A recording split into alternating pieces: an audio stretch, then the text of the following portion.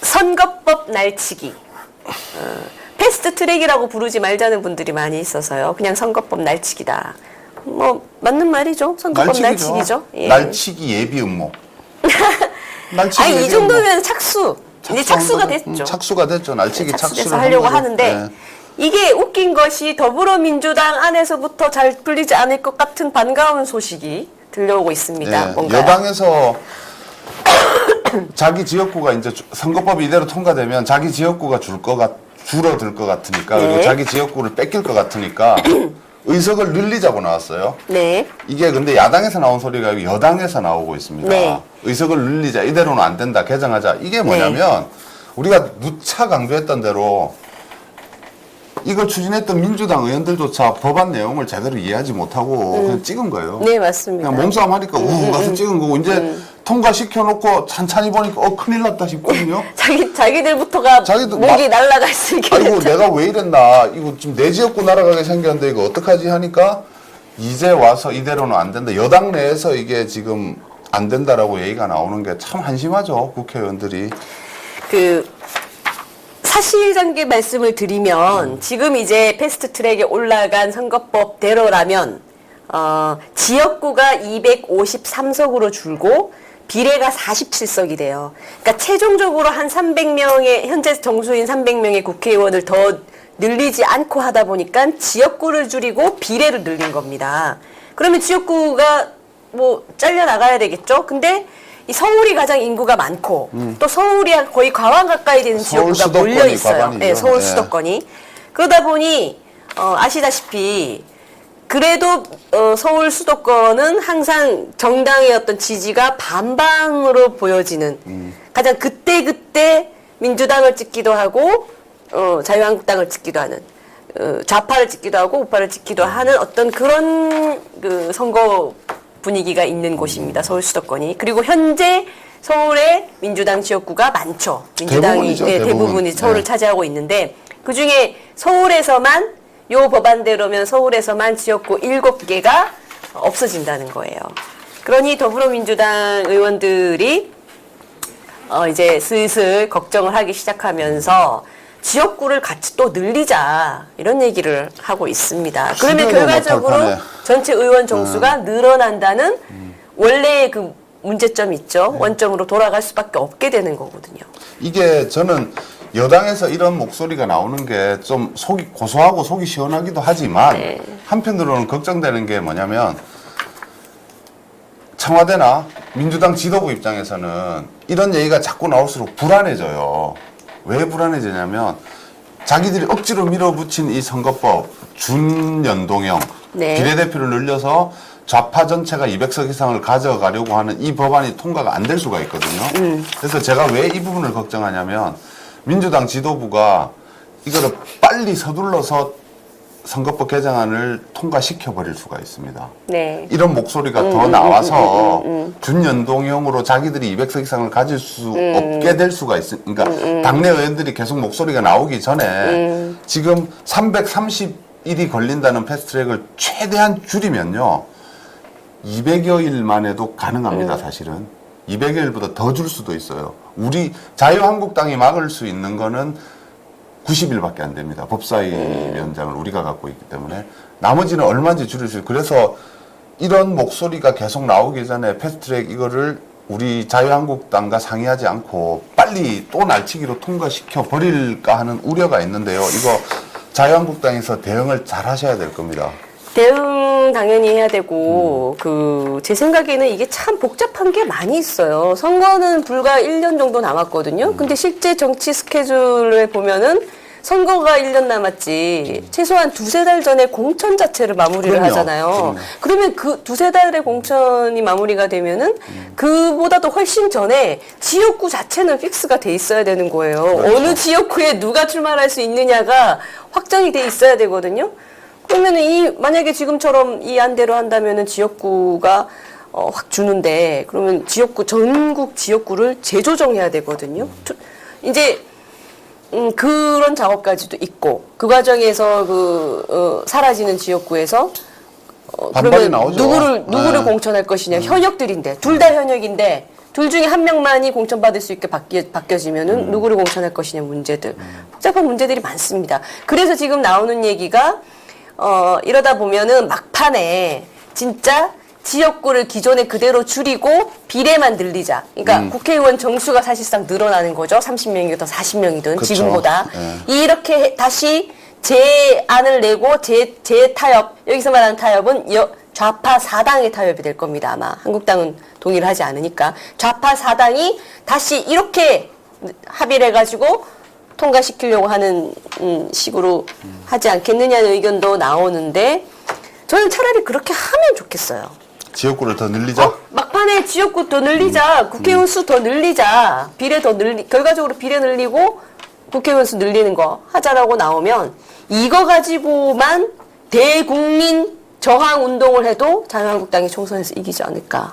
그것도 있고 저는 자유한국당에서 이거와 반대되는 비례대표를 아예 없애버리고 지역구 그걸 적극적으로 내야 200석만 됩니다. 예. 지역구 200석만으로 하는 선거법 개정안을 좀 냈으면 좋겠어요. 왜냐하면 그걸 갖고 싸워야 돼요. 맞아요. 예. 현실적으로 비례대표 투표도 하지만 국민들이 특히나 도시지역 네. 선거에서는 저도 친구들한테 잘 물어봐요. 야, 너 니네 지역구 국회의원 누군지 아니? 모르는 사람 되게 많습니다. 근데 누구 찍었냐고 민주당 찍었어. 자유한국당 찍었어. 라고 얘기해요. 강현재를 찍었어. 차선호를 찍었어라고 얘기하는 사람 잘 없습니다. 그 얘긴 즉슨 지역구 후보에게 투표를 하면서도 상당히 비례대표 투표, 정당 투표가 많이 반영이 된다는 거예요. 맞습니다. 특히 도시지역 예. 같은 경우에는 우리나라는 정당 정치예요. 네. 공약 꼼꼼히 읽어보고 이 사람이 좋구나라는 것도 물론 있지만 후보에 대한 관심보다는 이 정당에서 공천했기 때문에 정당 보고 찍는 사실 지역구 투표도 비례대표적인 요소가 상당히 포함되어 있거든요. 굳이 비례대표제를 할 필요가 있을까 싶어요. 지역구로 맞습니다. 차라리 예. 의원 정수를 줄이기가 그러면 뭐 지금 민주당에서도 30석 늘리지 않는데 비례대표 다 없애버리고 300석 지역구로만 하든지 200석으로 줄이든지 그런 안을 자유한국당에서 만들어서 우리 주장을 갖고 설득을 해야지 무조건 반대만 하다가는 네. 또 저 프레임에 갇혀서 또 네. 질 수 있거든요. 자유한국당 정책위에서 잘 준비를 하시겠죠, 뭐. 네, 저도 우리 차 국장 말에 격하게 공감을 하는데 비례대표의 운영 자체도 문제가 많이 있는 상황 아닙니까? 그럼요. 예. 그리고 아까 말한 대로 어차피 지역구에서 후보를 뽑을 때도 우리나라는 정당 정치가 아주 우세하게 거의 확립이 됐어요. 이제 그럼요. 정당 정치예요. 네. 그래서 중앙에서 당들이 하는 거를 딱 우리 국민들께서 보고 계시다가 이번에는 민주당 심판해야 되겠어 하고 자유한국당을 찍고 그렇죠. 이번엔 진짜 자유한국당 저것도 꼴보기 싫네 그러면서 민주당을 찍고 이런 것들이 대부분이기 때문에 정당 요소가 다 반영이 되어 있습니다. 그러다 보니까 그런데도 불구하고 비례대표를 하면서 이 정당들이 이정희, 이석기 같은 국회의원들 국회의원 만들어버리는 거예요. 그냥 없애자는 거예요. 그쵸. 이런 사람들을 지역구에 내려오면 절대 당선 못 될 사람들 아닙니까? 그러니까 비례대표 같은 게 이렇게 악용이 되고 있으니 없애자는 거예요. 미국에도 없어요. 없죠? 없죠. 미국은 다 지역구죠. 무조건 다 지역구죠. 그러니까 얼마나 명분도 있고 맞는 얘기 아닙니까? 지역구를 그냥 없애자는 없애고 국회의원 수는 절대 줄였으면 줄였지 더 늘릴 수 없다. 우리 국민이 용납하지 않는다. 이렇게 얘기를 하면서 그 안을 가지고 싸워야 된다는 겁니다. 대안을 제시하고 네. 국민을 설득해야지. 이게 저쪽은 지금 패스트트랙 선거법 날치기로 칼을 들이대잖아요. 거기에 안 돼 하는 거는 방어만 하는 그렇죠. 거죠. 그렇죠. 그거 안 되고 비례대표 다 없애버릴 거야. 그러면서 지금 민평당, 정의당, 국민의당, 바른미래당 이렇게 비례들이 됨으로써 살아남아서 계속 국회를 분탕질하는 이것도 싹 다 정리하자. 이 칼을 들이대고 싸우는 겁니다. 그럼요. 우리가 무기를 네, 들고 그 두 가지 무기를 가지고 국민이 선택하게끔 그렇죠. 싸워야죠. 그럼 우리가 선택을 받으면 되는 겁니다. 대안을 좀 자유한국당에서 빨리 내놓고 적극적으로 홍보해서 그렇게 네. 싸워야 우리 말이 먹히지 그냥 반대만 계속 하다 보면 국민이 지겨워져요. 또 반대하냐라고 오기 때문에 그런 투쟁 전략을 잘 좀 세워주셨으면 좋겠습니다. 네. 이 자. 선거법 날치기 때문에 지금 자유한국당에서는 연이어서 삭발 투쟁도 하고 있으시죠. 네. 예, 삭발 투쟁도 하고 있으시고 그 와중에 이제 원래 천막 당사를 광화문에다가 하겠다라고 설치하겠다라고 했는데 아니나 다를까 박원순 씨께서 참 논리도 희한해요. 촛불 광장을 뭐 더럽히게 놔두지 않겠다. 이게 뭔 소리예요? 예? 여러분 이거 뭔 소리입니까 도대체? 응? 광화문 서울 대한민국 서울에 이순신 동상이 있는 광화문 광장이 언제 촛불 광장이 됐어요? 응? 언제 세월호 광장이 됐습니까? 누구 마음대로요? 대한민국의 종로 서울 한복판에 있는 이순신 동상과 세종대왕 동상이 있는 그 광장은요, 전 국민의 국가적 광장이에요. 국가적 과제와 국가적 이슈로 누구나 쓸 수 있는 문화든 뭐든 그런 광장입니다. 특정 세력, 특정 집단, 특정 사건에 관계된 사람들이 독점했습니까? 말이 안 되는 소리를 하고 있죠. 촛불 광장 더럽힌다? 말이 안 되는 거고. 근데 또 뭐 자유한국당의 집회와 천막 당사는 불허했는데 또 이 고 노무현 전 대통령 행사, 이 고 노무현 전 대통령 행사를 위해서는 기존에 이미 약속된 행사까지 서울시가 밀어내도록 네. 압박을 하면서 고 노무현 행사에 광장을 써야 된다 하고 압박을 했다는 겁니다. 민간 단체가 공동으로 주최하는 행사인데 그 민간 단체에 압박을 했다는 겁니다.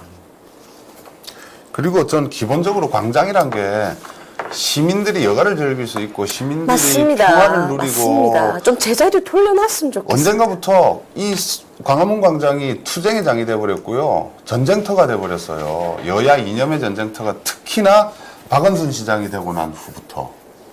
이 왜 서울시 광장을 그 아름다운 광장 이순신 장군, 세종대왕 그 앞에 또 멋진 광화문 이 장소가 투쟁과 전투의 장이 되냐 말이에요. 그리고 자 기왕 이렇게 됐다. 물론 뭐 민주주의고 국민들의 그 의견을 표출할 수 있는 권리를 해야 되니까 쓸 수는 있어요. 근데 박원순 시장의 이 발언은 골 때리는 게요. 그러니까요. 내가 곧 정의고 정의는 내가 독점한다는 거를 이렇게 말로 표현하는 맞습니다. 거예요. 맞습니다. 좋은 말씀입니다. 정의를 독점한다는 헛소리를 하고 있는 내 생각만이 정의고 네, 우리 편만이 네, 정의고 맞습니다. 네. 나머지는 불이고 적폐고 없애야 될 대상이고 이렇게 생각하는 매우 편협한 맞습니다. 그런 생각을 하고 있고요. 네, 네. 좌파들은 하나같이 그래요. 하나같이 그래요. 그러니까 이런 짓을 창피한 줄 모르고 할 수 있는 거예요. 창피한 줄 모르는 거죠. 눈이 하나밖에 없어가지고 그거 하나만 보이고 그게 옳기 때문에 하는 거니까 창피를 못 느끼는 것 같은 생각이 듭니다. 그리고 무슨 놈의 세월호 천막을 몇 년 동안 쳐놓게 했던 광장이 대한민국 국민 절반의 정치적 의사를 대변하고 있는 제1야당의 정치적 의사를 표출하기 위한 행사는 뭐 이것 뭐 더럽힌다고요? 그러면은 보수 정당은 더러운 거라고 얘기하는 건가요? 그럼 거꾸로 말하면 제 입장에서는 박원순 시장은 지금 서울시를 더럽히고 있어요. 왜 상대방 정당의 입장을 인정하지 않냐고 존중까지도 바라지 않습니다. 인정을 해야죠. 더럽힌다는 말을 감히 쓸 수가 있습니까? 박원순 시장은 너무 지금 착하게 얘기하는 것 같아. 흥분하다 뭐 욕 나올지 몰라서 네. 박원순 시장은 지금 대한민국 국민 절반을 화나죠. 더러운 사람으로 만들어버린 거예요. 네. 그리고 이거는 되게 건방지고요. 네. 정의를 독점한다는 말도 안 되는 이상한 정신병 수준의 청란에 빠져 있다고밖에 볼 수가 없어요. 박원순 시장 정신 차려야 됩니다. 나만 정의라는 우리가 어떤 정신 질환이 있지 않을까라고 한번 좀 우리가 충분히. 정신의학 전문가는 아닙니다만 요즘 보면은 오로지 나만 옳고 내가 정이고 라는 어떤 것도 하나의 어떤 증후군 같이 증후군처럼 뭐 명확하게 병은 아닐 수 있겠지만 어떤 그런 증후군이 하나의 심리적인 연구하시는 분들 사이엔 그런 게 있지 않을까 싶어요. 그런 어떤 증후군에 다 걸려있는 사람들이라는 생각이 들고, 특히나 박원순 서울시장은 옛날에 세월호 참사 때도 어찌됐건, 정의를 부르짖기 위해서는 그 수단도 정의로워야 됩니다. 그렇죠. 그때도 불법 천막들이라고 많이들 얘기를 했어요. 하지만 용인을 했어요. 오케이, 좋습니다. 정서상 얼마나 저분들이 힘들까라는 생각에서 어떤 절차적인 거, 법규적인 거 조금 양해를 하고 치게 했어요. 그런데 이제 와서는 뭐 정치, 정당, 뭐 법규 들먹이면서 또 고 노무현 재단 행사를 위해서는 일반 시민단체가 미리 잡아놓은 것도 압박을 해서 밀어버리고. 그리고 요즘은요, 뭐 정치적인 행사 안 된다라고 하는데 세월호 유가족분들, 저는요, 이 세월호 유가족분들이 우리가 세월호 참사로 한 300여 명이 사망을 했잖아요. 그럼 그 유가족이 최소 600에서 1200 이상은 될 겁니다. 그러면 이분들이, 저는 진짜 이분들의 전체 의사를 알고 싶어요. 요즘 기사에 보면요, 세월호 유가족 이렇게 딱 나옵니다. 세월호 유가족이 자유한국당 해체하라 기자회견, 한교안 나경원 물러가라 뭐 기자회견, 이 사람들 수사하라 이런 기자회견. 그 앞에 다 세월호 유가족이라고 달리거든요. 그럼 600명, 1200명 그분들이 동의하신 겁니까? 그 말도 이거 맞네. 정치 행사예요. 그러면 세월호 유가족들이 지금 정치하시나요? 저는 그렇게 보지 않거든요. 자식이 사고로 죽었어요. 정치하고 싶겠습니까? 네? 자유한국당 해체하라 그러고 민주당 지지하고 이런 거 하고 싶겠습니까? 이 600명, 1200명이 아니라고 봅니다. 상식에 맞지 않아요. 그리고 자식 잃은 유가족들의 어떤 일반적이고 그런 상식적인 행동에도 맞지 않아요. 저는 세월호 유가족이라는 타이틀을 달 때 이제는 이런 정치 행사를 할 거면 세월호도 세월호 유가족이라고 쓰지 마시고 그 중에 누가 이런 것에 동참하고 실제로 행동하고 있는지를 개별 명단을 내셔가지고 발표도 하고 기자회견 해야 된다고 생각합니다. 그거 필요하죠. 세월호 유가족 전체 분들이요, 한번 다 같이 싹 다 모여서 비밀 투표를 하십시오. 하셔서 앞으로 이런 자유한국당 해체하라, 뭐 황교안, 나경원 수사하라, 처벌하라, 민주당 지지하고 이런 거 할 거면 세월호 유가족이라는 이름을 쓰지 말라는 투표를 한번 하셔야 될 것 같습니다. 그렇지 않으면 600명, 1200명 전체 세월호 유가족 분들이 앞으로 계속 국민한테 외면당하고 오해받으실 것 같아요. 상식에 맞지 않는 사람들이라고. 그렇지 않습니까? 선박사고로 자식 잃은 분들이 왜 정치를 합니까? 일부일 겁니다. 일부가 지금 세월호 유가족이라고 전체 타이틀을 계속 쓰면서 이런 짓거리를 하고 있거든요. 그걸 막으셔야 되지 않겠습니까? 그래야 죽은 자식에 대해서 국민이 심지어 끝내 외면하게 되는 그런 불행한 일 없지 않을까 싶습니다. 저는. 침묵하고 계시지 마시고 마음에 안 들면 전체 투표를 하셔서 바꾸십시오. 세월호 유가족이라고 쓰지 말라고 투표를 하시기 바랍니다. 자, 참 어이가 없는 일 아닙니까? 세월호 유가족이라고 해가지고 기사 나오는 거 보십시오. 모여있는 사람 보면 자유한국당이 뭔 상관입니까? 전부가 아니에요. 보니까 강 변호사님 항상 말대로. 나오는 몇 명이 지금 네, 하고 있는 몇 거예요. 명이에요. 세월호 유가족 그런 기자회견 하는 것들 보세요. 민주당하고 민주당 정의당하고 다 연결된 사람들입니다. 제가 보기엔. 그렇게 하면 안 되죠. 그러면 민주당원 정의당원이라고 하고 그렇게 하셔야지. 왜 세월호 유가족이라고 하고 그렇게 합니까? 이제는 다시 세월호도 세월호 유가족이라는 타이틀을 달아서 쓸 수 있는 임원들을 교체를 하든지 그 자체를 이제 없애십시오. 그리고 개별 이름으로 하시라고 말씀을 드리고 싶어요. 그리고 이거 지금 저는 광화문 광장에다가 자유한국당이 텐트를 치겠다고 했을 때 처음부터 사실 아차 싶었던 게 박원순이 분명히 이 짓을 할 거라는 누구나 예상할 수 있는 거잖아요. 그리고 사실 예전 박근혜 당대표 시절에 했던 그 천막, 그때는 사실 당사가 없을 때였어요. 당사를 팔아서 국가에 헌납하고 천막을 치고 이렇게 했었는데 지금은 뭐 멀쩡한 당사 있는데 굳이 광화문 가서 또 천막을 치겠다는 물론 이 투지나 의지를 보여주겠다는 건 좋은데, 그리고 기왕 치겠다고 했으면요 박원순한테 밀리지 마시기 바랍니다. 가서 철거당하고 끌려나가는 한이 있더라도 천막이 안 되면 조그만 텐트라도 치고요. 그것도 안 되면 모포 한 장 깔고 노숙이라도 하십시오. 텐트 들고 막 들이대면 되는 거 아닙니까? 제1야당이 이렇게 하겠다라고 했는데 보수파는 몸싸움 못합니까? 정의는 독점했다는 듯한 인정할 수 없는 서울시장의 한마디로 물러나는 모습은 정말 이거는 안 되는 거거든요. 박원순이 경찰력을 동원하고 어떻게 해서 끌어내면 끌려나가더라도 뭐라도 하시기 바랍니다. 텐트를 못 치면 노숙이라도 하셔야 돼요. 말 꺼내놓고 이렇게 밀리면, 아니, 제1야당이 서울시장한테 밀렸다? 야, 이거 끔찍한 결과가 초래되거든요. 웃음거리 되거든요. 어떻게든 자유한국당이 이거 해냈습니다. 천막 당사 꺼내지를 마시던가. 말을 꺼내지를 꺼냈으면요, 네. 몸싸움 한 번은 하고, 응? 했어야 돼요. 예. 응? 하시던가. 몸싸움 할 인력이 부족하면 여기 차선우 국장 몸 좋잖아요. 저 약속할게요. 예? 천막 치면 가서 무조건. 돌게요. 예. 가깝습니다. 여기 걸어가도 5분이면 가니까. 네, 저도 꼭 뭐라도 하시기 바랍니다. 미약하나마 돕겠습니다. 이대로 박원순 시장한테 밀려서 물러나는 꼴은 정말 네, 지금 맞습니다. 올라오고 있는 이 야당의 인지도와 투쟁력이 또 꺼지는 계기가 될 수 있기 때문에요. 맨몸으로라도 노숙이라도 하셔야 됩니다. 칼을 뺐으면 땅바닥이라도 쳐야 됩니다. 네. 아니면 빼지 말아야 합니다.